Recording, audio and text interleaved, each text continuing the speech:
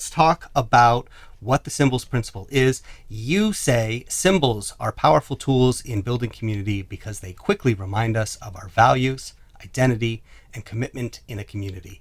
Using symbols is a way to make communities stronger.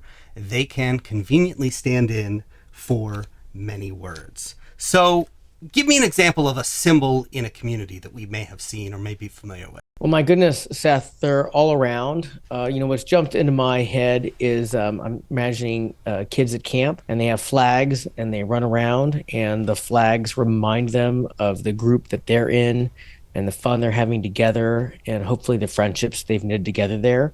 And camp would be really great without flags. But as soon as we add flags and kids can run around with them, they remain symbols that kids, and when they grow into adults, then adults feel connected to for years, if not, in fact, their entire lives. Now, you've been involved in a number of communities, obviously, over the years. Do you have a symbol that is particularly meaningful to you and representing the communities that you've been in? Well, I wrote about in the book how I served in the U.S. Peace Corps back when I was in my 20s. And, the U.S. Peace Corps is special in that it's a part of the U.S. federal government that goes overseas, but we're not there to defend America militarily or develop economic opportunities. Peace Corps volunteers show up ostensibly to share American culture where people want to learn it, to learn about other cultures where others are willing to share it, and then to help in whatever material ways we're invited to help with. In my case, I was working on health issues in northern Zambia. And I remember after leaving my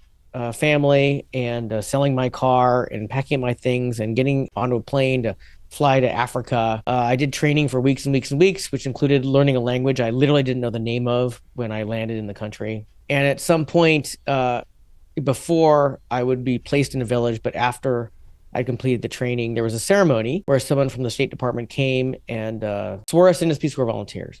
And in that ceremony, we were each handed a pin with the Peace Corps logo on it that we could do with as we please because it's not required to wear it. And I know that you can buy those pins online very inexpensively, but that pin, we call it a token, it was a type of symbol. That symbol handed to me by a State Department person there in Zambia after I had really committed my life to do this challenging thing was really meaningful because it demarked my transition from a trainee to now a Peace Corps volunteer who's going to go out in the world and try to make a difference with all the skills that I've been given.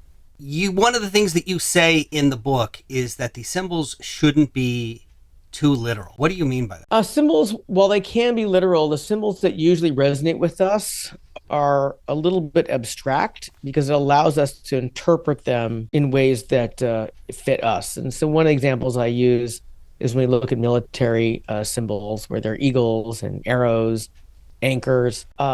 If you serve in the military, very seldom do you touch an anchor or fly with an eagle or maybe even use an arrow.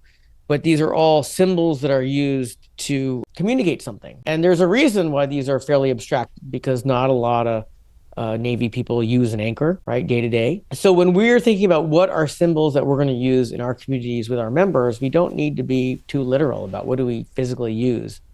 We can choose things that reference the values that we have and imbue them with meaning to be that symbol. I'll give you an example that's coming to my mind. At one point, I did something that helped somebody in the police department here in the Bay Area. And so over lunch, an officer in this police department handed me a challenge coin. And for those who don't know, a challenge coin are specially printed coins that usually have the identity of a certain organization. And they're usually only given to honor someone in respect and acknowledge that they've been helpful to that organization. And I didn't even know he had a challenge coin to give. Certainly didn't ask for it. I don't even know if you can ask for a challenge coin. But I remember when he handed me that challenge coin, that was really meaningful because I understood that was a symbol of the support that I had given that organization, and he was expressing his appreciation. And it was abstract because that coin is good to buy nothing, and literally I wasn't helping him with coins, but it still is a cherished symbol of the relationship we have and the support he recognized I gave the organization.